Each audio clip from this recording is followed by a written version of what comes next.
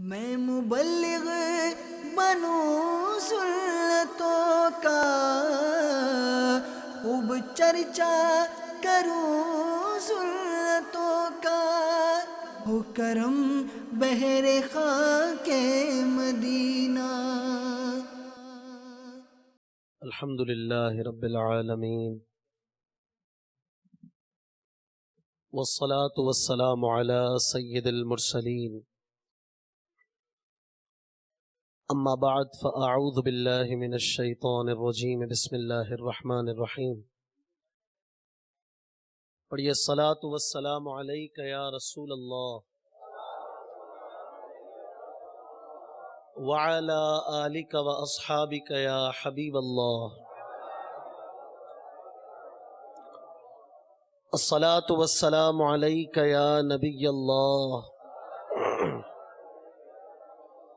وعلی آلک واصحابک یا نور اللہ۔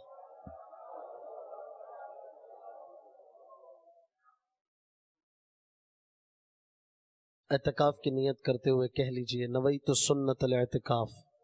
فرمان مصطفیٰ صلی اللہ تعالی علیہ وآلہ وسلم ہے، جس نے مجھ پر 100 مرتبہ درود پاک پڑھا، اللہ عز و جل اس کی دونوں آنکھوں کے درمیان لکھ دیتا ہے کہ یہ نفاق اور جہنم کی آگ سے آزاد ہے، اور اسے بروز قیامت شہداء کے ساتھ رکھے گا۔ ہو درود و سلام آقا لب پر مدام، ہر گھڑی دم بدم تاجدار حرم، صلو علی الحبیب صلی اللہ تعالی علی محمد وعلی آلہ وصحبہ وبارک وسلم۔ دعوت اسلامی کے اشاعتی ادارے مکتبۃ المدینہ کی مطبوعہ کتاب عیون الحکایات کے صفحہ نمبر 348 پر موجود ایک حکایت سنتے ہیں۔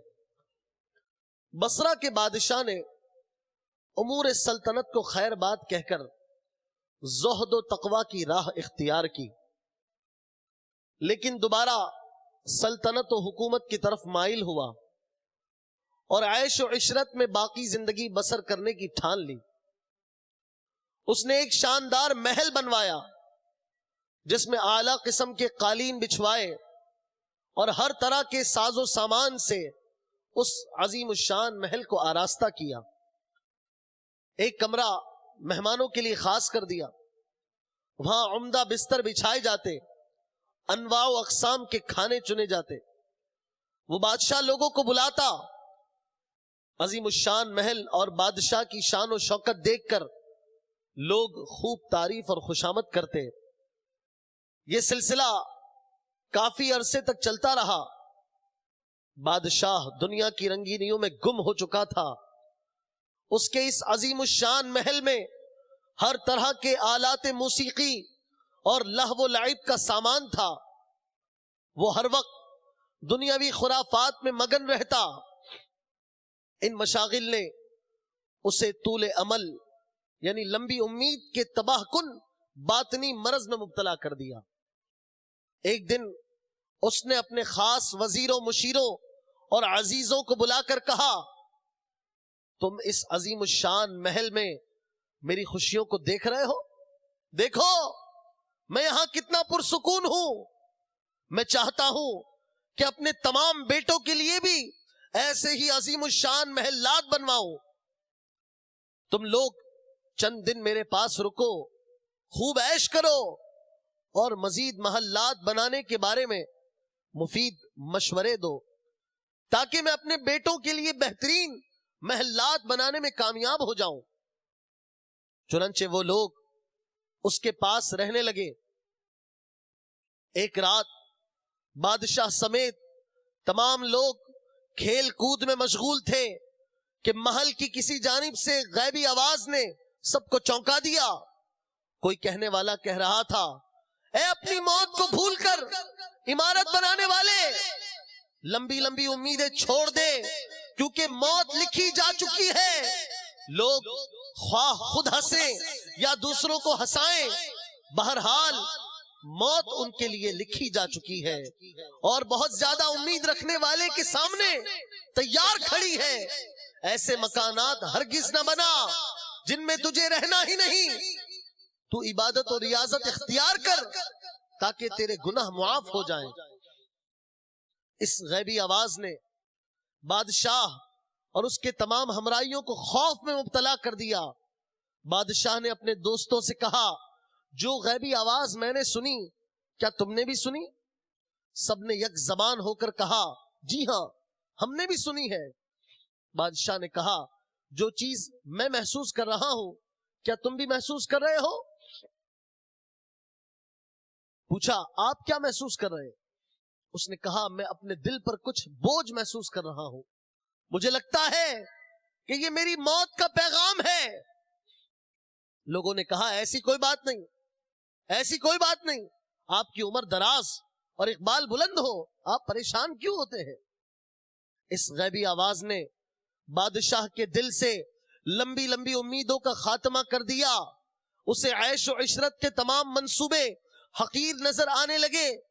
فکر آخرت کا اس پر غلبہ ہوا، اس کے دل سے خواہشات کی آگ بجھ گئی اور وہ گناہ چھوڑنے کا عزم کرتے ہوئے بارگاہ خداوندی عز و جل میں یوں عرض گزار ہوا، اے میرے پاک پروردگار عز و جل، میں تجھے اور یہاں موجود تیرے بندوں کو گواہ بنا کر تیری طرف رجوع کرتا ہوں اور اپنے تمام گناہوں اور زیادتیوں پر نادم ہو کر توبہ کرتا ہوں۔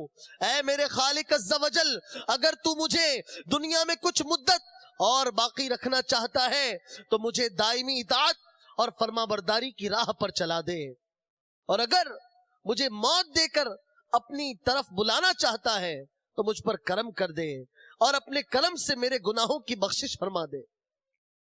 بادشاہ اسی طرح مصروف التجا رہا اور اس کا درد بڑھتا گیا۔ پھر اس نے ان کلمات کی تکرار شروع کر دی، اللہ عز و جل کی قسم موت، اللہ عز و جل کی قسم موت۔ بس یہی کلمات اس کی زبان پر جاری تھے کہ اس کی روح پرواز کر گئی، اور اس دور کے فقہا نے فرمایا کہ اس بادشاہ کا خاتمہ توبہ پر ہو گیا۔ خدایا برے خاتمے سے بچانا، خدایا برے خاتمے سے بچانا، پڑھو کلمہ جب نکلے دم یا الہی، پڑھو کلمہ جب نکلے دم یا الہی، گناہوں کی عادت بڑھی جا رہی ہے،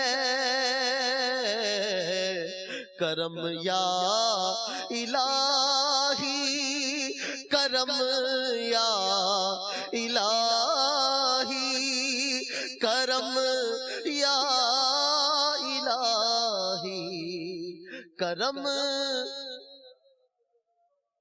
میٹھے میٹھے اسلامی بھائیوں، دیکھا آپ نے بادشاہ کو لمبی امید نے کس طرح فانی دنیا کی عیش و عشرت کا عادی بنا کر دنیاوی لذتوں میں بدمست کر دیا تھا۔ اسی لمبی امید کے جال میں پھنس کر وہ قبر کی وحشتوں سے بے نیاز پر رونق محلات کی تعمیرات اور کھیل کود کے آلات میں مشغول ہو گیا تھا۔ دوستوں کی بے فائدہ صحبت، خادموں کی خوشامدانہ خدمت اور اس نشے میں قبر کی تنہائی کو یکسر غفلت میں بھول بیٹھا تھا۔ لیکن جیسے ہی دل سے لمبی امیدوں کی آگ بجھی، غفلت کا اندھیرا دور ہوا، تو اس کا دل توبہ کی جانب مائل، گناہوں سے بیزار اور دنیا سے اچاٹ ہو گیا۔ واقعی لمبی امیدوں کی آفت انسان کو دنیا و آخرت میں کئی طرح کی مصیبتوں میں مبتلا کر دیتی ہے۔ نفس و شیطان اسے توبہ کی امید دلا کر اپنے جال میں پھنسا لیتے ہیں، یوں بندہ گناہوں پر دلیر ہو جاتا ہے، اور بعض اوقات گناہوں پر دلیری برے خاتمے کا سبب بن جاتی ہے۔ یاد رکھیے، لمبی امید تمام گناہوں کی جڑ اور انسان کی تباہی اور بربادی کا ایک سبب ہے.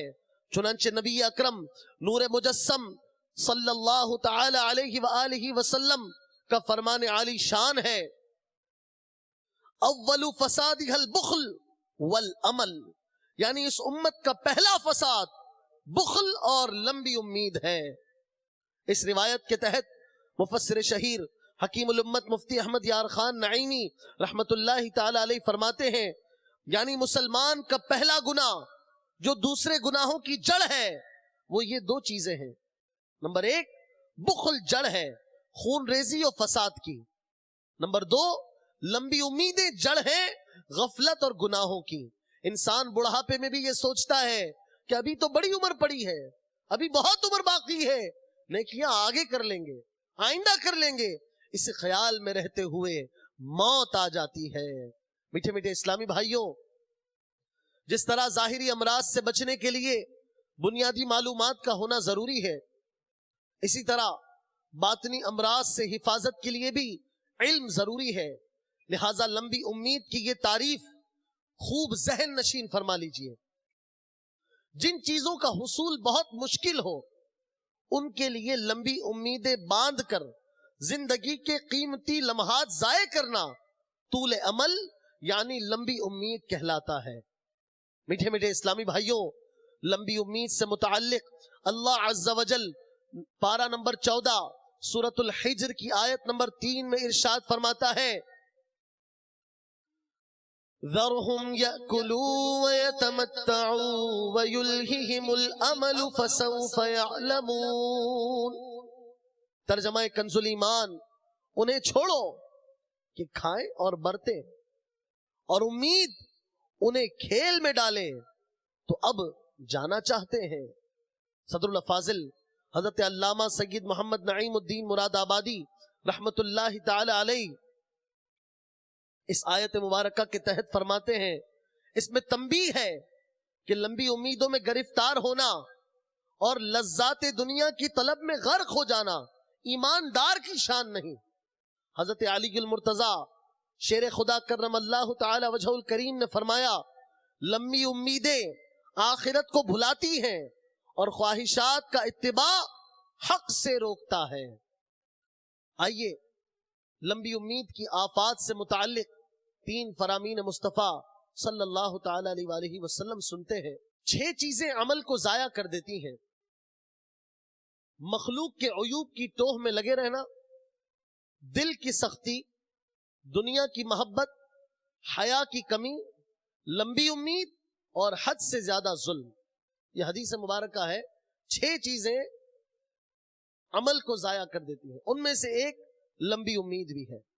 دوسرا فرمان مصطفیٰ صلی اللہ علیہ وسلم، عقل مند وہ ہے جو اپنے نفس کی خواہشات کو کمزور کر دے اور موت کے بعد آنے والی زندگی کے لیے نیک عمل کرے. اور عاجز و لاچار وہ ہے جو نفسانی خواہشات کی پیروی کرے اور اللہ عز و جل سے لمبی امیدیں رکھے. نمبر 3، مجھے اپنی امت پر جن چیزوں کا خوف ہے ان میں سے خوفناک چیز نفسانی خواہش اور لمبی امید ہے. میٹھے میٹھے اسلامی بھائیوں، طویل عمر پانے کی لمبی امید نماز قضا کرواتی ہے، زکوٰۃ اور فرض حج کی ادائیگی میں تاخیر کرواتی ہے. ہمیشہ آسائش بھری زندگی پانے کی لمبی امید دکھ، تکلیف اور مشقت میں مبتلا کر دیتی ہے. لمبی امیدیں انسان کے دل میں مال و دولت کی ہوس پیدا کرتی ہیں. لمبی امیدیں ہی بلند و بالا عمارتیں تعمیر کرنے پر ابھارتی ہیں. لمبی امیدیں ہی انسان کے دل سے بروز قیامت بارگاہ الہی میں اپنے ہر عمل کا جواب دینے کا ڈر اور برے خاتمے کا خوف نکال دیتی ہیں. لمبی امیدوں میں پڑھ کر ہی انسان مسلمانوں سے بغض و عداوت رکھتا ہے. توبہ کرنے کی امید پر غیبت، چغلی، حسد، تکبر جیسے باطنی گناہوں میں جا پڑتا ہے اور شیطان گویا اس کے دل پر حکومت کرتا رہتا ہے. لمبی امیدوں کی وجہ سے نیکیاں کرنا بھی دشوار ہو جاتا ہے، جیسا کہ حضرت سیدنا امام غزالی رحمت اللہ تعالی علیہ فرماتے ہیں، لمبی امیدیں نیکی اور اطاعت کی راہ میں رکاوٹ ہیں، نیز ہر فتنے اور شر کا باعث ہیں. لمبی امیدوں میں مبتلا ہو جانا ایک مرض ہے جو لوگوں کو اور بہت سے امراض میں مبتلا کر دیتا ہے۔ میٹھے میٹھے اسلامی بھائیوں، لمبی امید انسان کو 6 آزمائشوں میں مبتلا کر دیتی ہے۔ پہلی آزمائش یہ ہے کہ لمبی امید انسان کو غافل اور سست بنا دیتی ہے۔ یہی وجہ ہے کہ نیکی کرنے سے قبل ہی دل میں یہ خیال جم جاتا ہے کہ ابھی تھوڑی دیر بعد کر لوں گا، ابھی کافی وقت ہے، عبادت کا موقع فوت نہیں ہونے دوں گا۔ یوں سستی کر کے بندہ نیکی کا موقع ضائع کر دیتا ہے۔ دوسری آزمائش یہ کہ لمبی امید انسان کو بد عملی کا شکار کر دیتی ہے، جیسا کہ حضرت داؤد طائی رحمت اللہ تعالی علیہ نے بالکل سچ فرمایا ہے، جو اللہ عز و جل کی وعید سے ڈرتا ہے وہ دور کو بھی نزدیک خیال کرتا ہے، اور جو لمبی امیدوں میں مبتلا ہو جاتا ہے وہ بد اعمالی کا شکار ہو جاتا ہے۔ تیسری آزمائش یہ کہ لمبی امید کی وجہ سے نیکی کرنا مشکل ہو جاتا ہے۔ چنانچہ حضرت یحییٰ بن معاذ رازی رحمت اللہ تعالی علیہ نے فرمایا، دنیا کی امیدیں انسان کو ہر نیک کام سے کاٹ دیتی ہیں، طمع و لالچ ہر حق سے انسان کو روک دیتا ہے، صبر بھلائی کی طرف رہنمائی کرتا ہے، اور نفس امارہ ہر شر اور برائی کی طرف بلاتا ہے۔ چوتھی آزمائش یہ کہ لمبی امید توبہ میں ٹال مٹول کا عادی بنا دیتی ہے، جس کی بنا پر دل میں یہ خیالات پیدا ہوتے ہیں، ابھی توبہ کر لوں گا، ابھی تو کافی وقت ہے، میں ابھی جوان ہوں، میں ابھی کم عمر ہوں، توبہ تو ہر وقت میرے اختیار میں ہے، جب چاہوں کر لوں۔ چنانچہ یہی سوچ سوچ کر توبہ سے غافل ہو جاتا ہے اور توبہ رہ جاتی ہے۔ اسی طرح پانچویں آزمائش یوں آتی ہے کہ لمبی امید میں مبتلا ہونے کی وجہ سے دل سخت ہو جاتا ہے، نیکی کا جذبہ کم ہوتا چلا جاتا ہے، گناہوں کی کثرت یوں بڑھتی جاتی ہے، حرص اور لالچ میں اضافہ ہو جاتا ہے، دل فکر آخرت سے غافل ہو کر دنیاوی عیش و آرام کا عادی بن جاتا ہے۔ چھٹی آزمائش یوں لپٹتی ہے کہ لمبی امید انسان کو موت سے غافل کر دیتی ہے۔ چنانچہ مروی ہے کہ نبی کی رحمت شفیع امت صلی اللہ تعالی علیہ وآلہ وسلم نے 3 لکڑیاں لی، ایک اپنے سامنے گاڑ دی، دوسری اس کے برابر، جبکہ تیسری کچھ دور۔ پھر صحابہ اکرام علیہم الرضوان سے ارشاد فرمایا، تم جانتے ہو یہ کیا ہے؟ انہوں نے عرض کی، اللہ اور اس کا رسول بہتر جانتے ہیں عز و جل صلی اللہ علیہ وسلم۔ ارشاد فرمایا، ایک لکڑی انسان اور دوسری موت ہے، جبکہ دور والی جو تیسری ہے یہ امید ہے۔ انسان امید کی جانب ہاتھ بڑھاتا ہے، مگر امید کے بجائے موت اسے اپنی طرف کھینچ لیتی ہے۔ میٹھے میٹھے اسلامی بھائیوں، خود کو موت کے قریب تصور کیجئے، اپنے ان عزیز و اقارب اور دوستوں کو یاد کیجئے جنہیں موت نے آ دبوچا اور آج وہ منو مٹی تلے دفن ہیں۔ لمبی امیدوں سے متعلق ایک ناسے کی نصیحت سنیے۔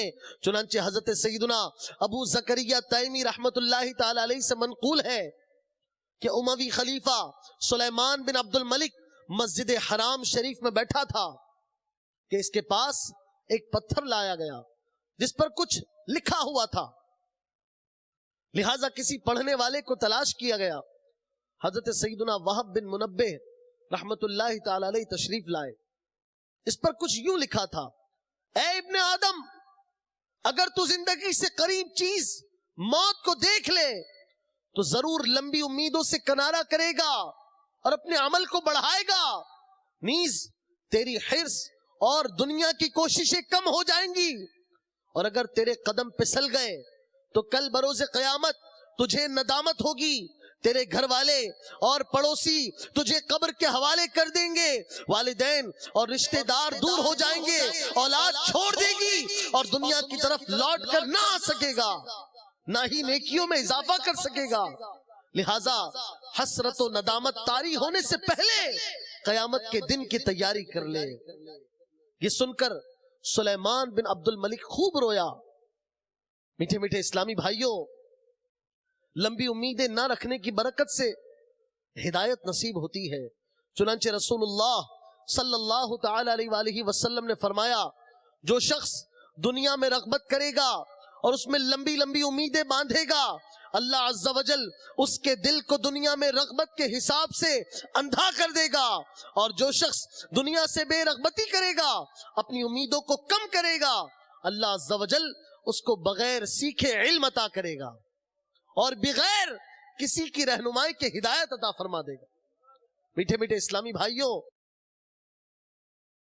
دنیاوی امیدوں میں کمی سے غفلت طاری نہیں ہوتی، انسان گناہ پر دلیر نہیں ہوتا، توبہ میں جلدی کرتا ہے اور ہر وقت اپنی موت کو پیش نظر رکھتا ہے۔ یہی وجہ ہے کہ بزرگان دین رحمہم اللہ المبین خود کو لمبی امیدوں سے بچایا کرتے تھے۔ اس سلسلے میں 3 واقعات سماعت فرمائیے۔ چنانچہ حضرت سیدنا محمد بن ابو توبہ رحمت اللہ تعالی علیہ کہتے ہیں کہ ایک مرتبہ سیدنا معروف کرخی رحمت اللہ تعالی علیہ نے نماز کے لیے اقامت کہی اور مجھ سے فرمایا آگے بڑھ کر نماز پڑھاؤ۔ میں نے عرض کی یہ ایک ہی نماز پڑھاؤں گا، اس کے علاوہ کوئی نماز نہیں پڑھاؤں گا۔ یہ سن کر انہوں نے فرمایا تم اپنے دل میں دوسری نماز کے بارے میں سوچ رہے ہو؟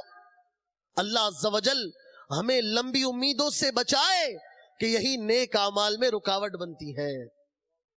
اللہ اکبر۔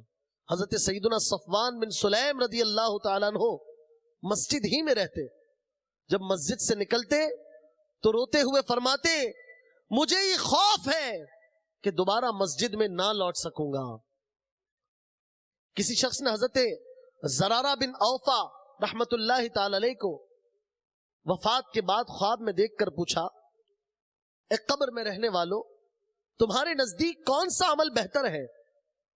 تو آپ رحمت اللہ تعالی علیہ نے جواب ارشاد فرمایا رضا الہی اور امیدوں کو مختصر سمجھنا، یعنی رضا الہی میں لگ جانا اور امیدوں کو مختصر سمجھنا یہ بہترین عمل ہے۔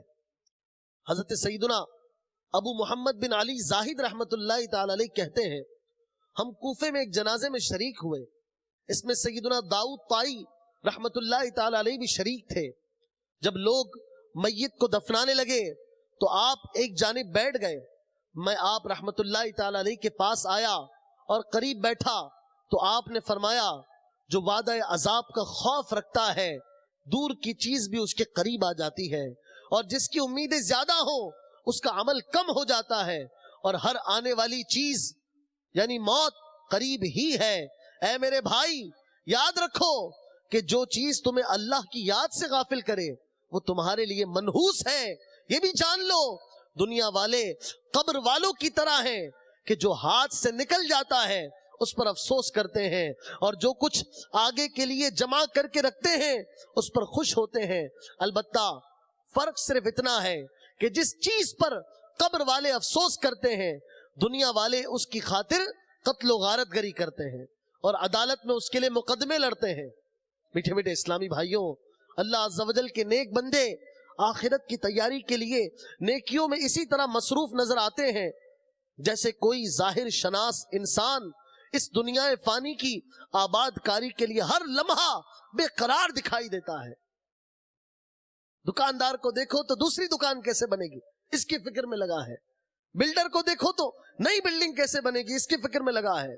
جیسے دنیا دار آدمی اپنے مال کو بڑھانے کی فکر میں لگا ہوتا ہے، اللہ والے اپنی آخرت کو بنانے میں یوں مصروف نظر آتے ہیں، اور یہ گویا ان کی جذبات سے نظر آتا ہے کہ اگر ذرا سی بھی غفلت کی تو اپنے ہم سروں سے بہت پیچھے ہو جائیں گے، اگر تھوڑی سی بھول چوک کی آخرت کے معاملے میں تو متوقع نفع خسارے میں تبدیل ہو جائے گا۔ اسی طرح ان کی دنیاوی لذتیں اور آسائشیں بھی کم ہو جاتی ہیں اور وہ آخرت کی زندگی کی طرف نظر رکھتے ہیں، اور وہ آخرت کی زندگی جو کبھی ختم ہونے والی نہیں، 60 یا 70 سالہ دنیاوی زندگی کی رعنائیوں، لذتوں اور آسائشوں میں پھنس کر اس حیات دائمی کو بے رونق و بے کیف بنانا یقیناً جنون اور بے عقلی ہے۔ فکر آخرت کے سبب ان اللہ والوں کو نہ تو دنیا کے عالی شان محلات اچھے لگتے ہیں اور نہ ہی مال و دولت انہیں اپنی جانب متوجہ کرتی ہے۔ دراصل ان کی نگاہیں تو اپنے خالق و مالک کی رضا پر جمی ہوتی ہیں۔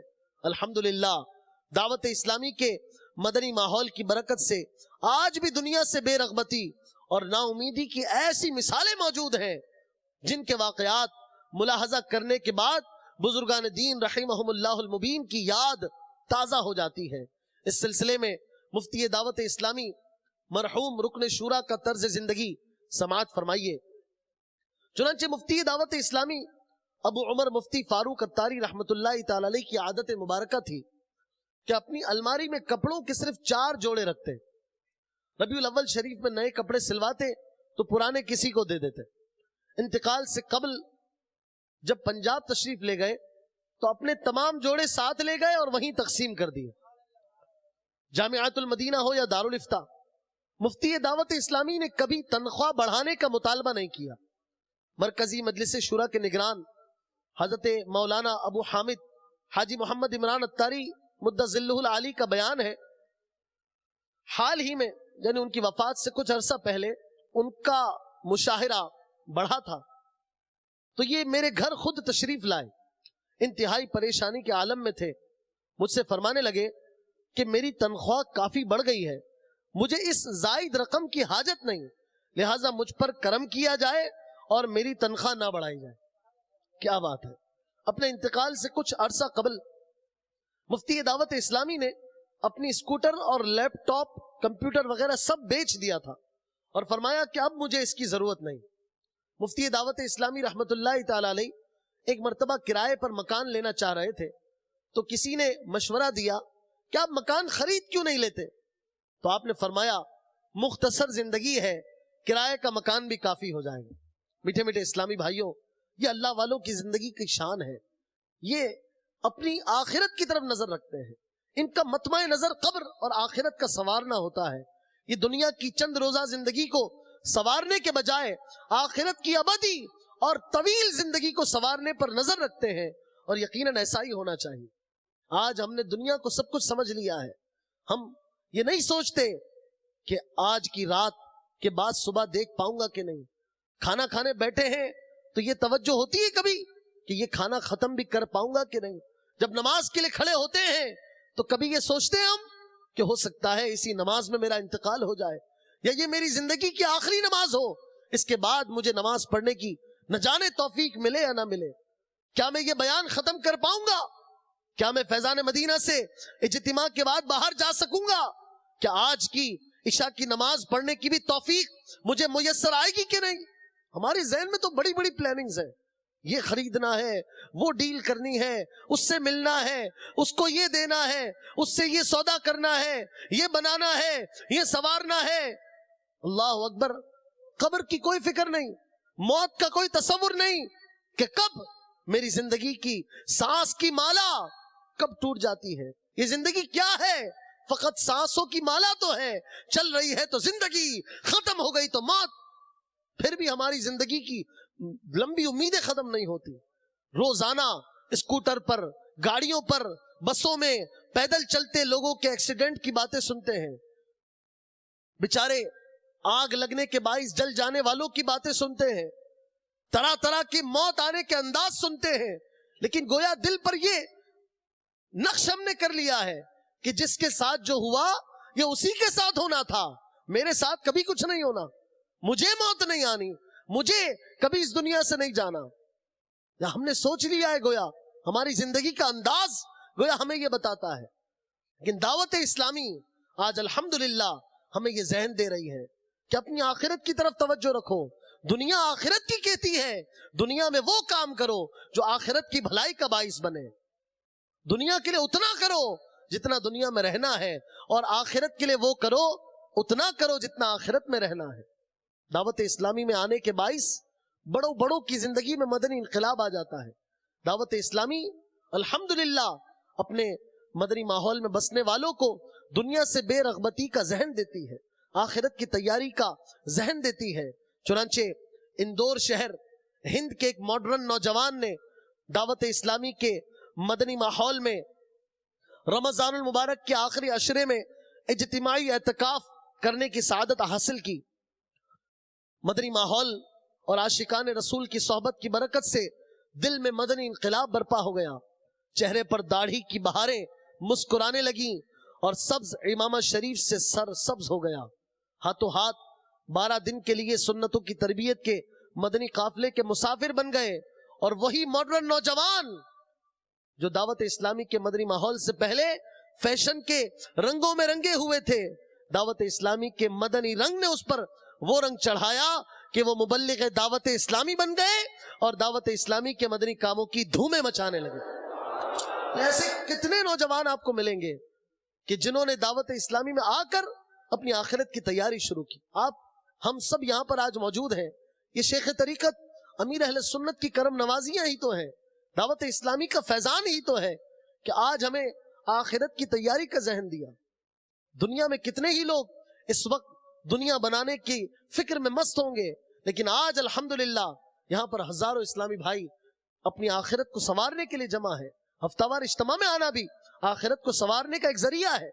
یہاں پر آ کر فکر آخرت، اصلاح اعمال کا ذہن بنتا ہے. تو یہ دعوت اسلامی کا مدنی ماحول ہے. اس مدنی ماحول سے وابستہ رہیے اور لمبی امیدوں کو ختم کرنے کے علاج اور اس کے اسباب کی طرف توجہ رکھیے کہ میں کس طرح اپنے آپ کو یہ ذہن دوں، کس طرح یہ تصور بناؤں کہ موت نزدیک ہے، موت نزدیک ہے، موت نزدیک ہے. جب یہ تصور ہوگا تو نہ نماز چھوٹے گی، نہ زکوٰۃ چھوٹے گی، نہ حج چھوٹے گا، نہ روزے چھوٹیں گے، نہ بدنگاہی ہوگی، نہ جھوٹ بولے گا، نہ غیبت کرے گا، نہ کسی کو ستائے گا، نہ ماں باپ کا دل دکھائے گا، نہ کسی کا مال کھائے گا. کیونکہ موت نزدیک ہے. کیوں کھاؤں؟ کسی کا مال کیوں ہڑپ کروں؟ کسی کو کیوں ستاؤں؟ ارے موت نزدیک ہے، مر جانا ہے، حساب دینا ہے. کچھ بھی نہیں کرے گا، گناہوں سے بچے گا اور موت کا تصور ہی نہیں ہے.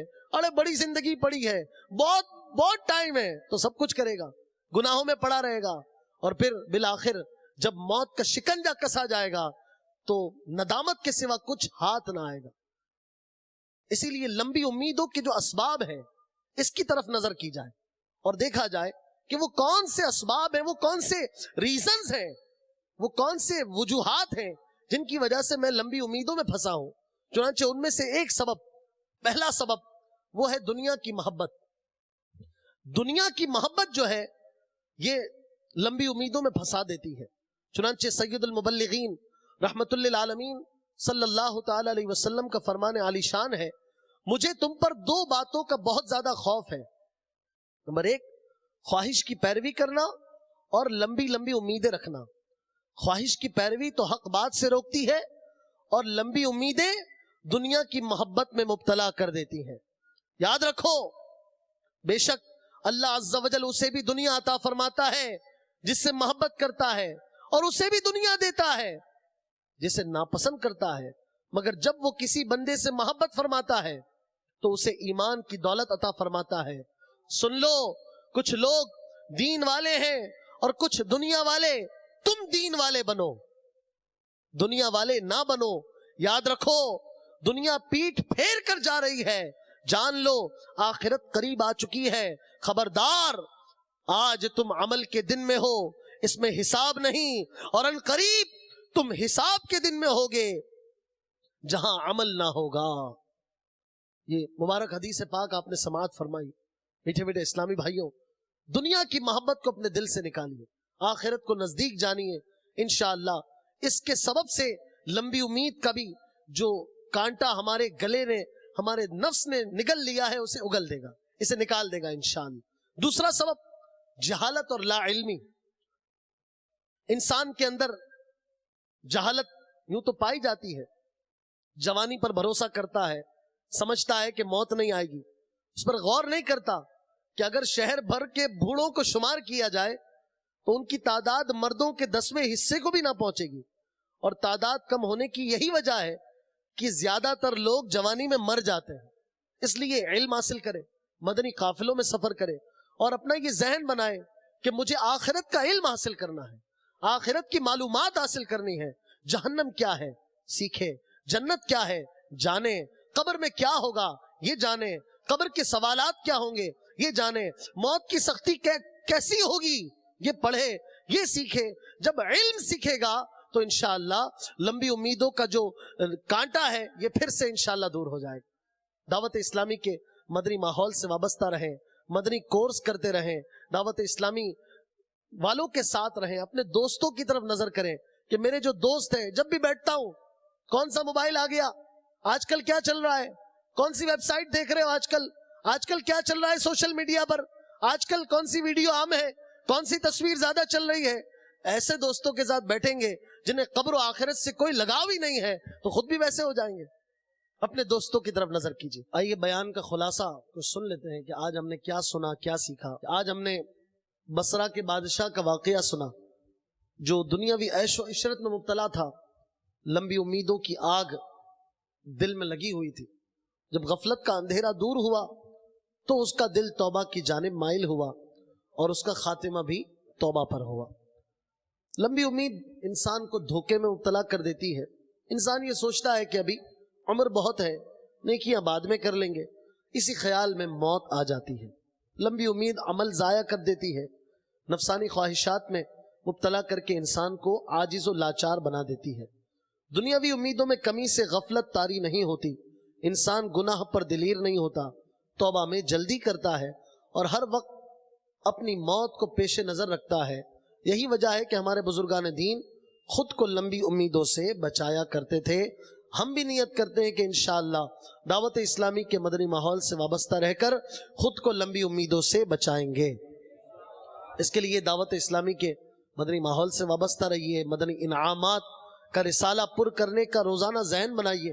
مدنی قافلوں میں سفر کرتے رہیے اور دعوت اسلامی کے 12 مدنی کام کرتے رہیے. دعوت اسلامی نے ذیلی سطح پر, مسجد سطح پر, اپنے محلے میں کرنے کے لیے ہمیں اچھے اچھے پیارے پیارے مدنی کام عطا فرمائے کہ ہم ان مدنی کاموں کو کریں.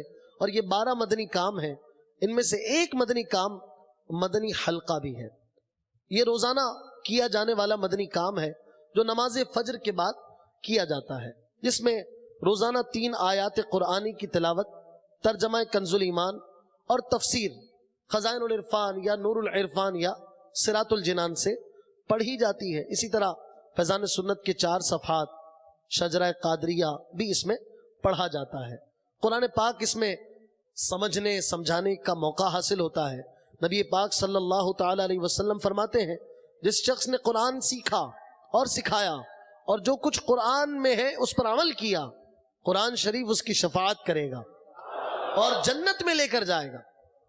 ایک اور حدیث پاک میں ہے جس شخص نے قرآن کریم کی ایک آیت یا دین کی کوئی سنت سکھائی, قیامت کے دن اللہ تعالیٰ اس کے لیے ایسا ثواب تیار فرمائے گا کہ اس سے بہتر ثواب کسی کے لیے نہ ہوگا. لہذا آپ بھی ہمت کریں, نیت کریں, مدنی چینل کے ناظرین بھی نیت کریں کہ پابندی کے ساتھ مدنی حلقے میں شرکت کریں گے. اللہ تعالیٰ ہم سب کو عمل کرنے کی توفیق عطا فرمائے. صلو علی الحبیب صلی اللہ تعالی علی محمد صلی اللہ تعالی علیہ وسلم. میں مبلغ بنوں سنتوں کا, خوب چرچا کروں سنتوں کا, ہو کرم بہر خاک مدینہ.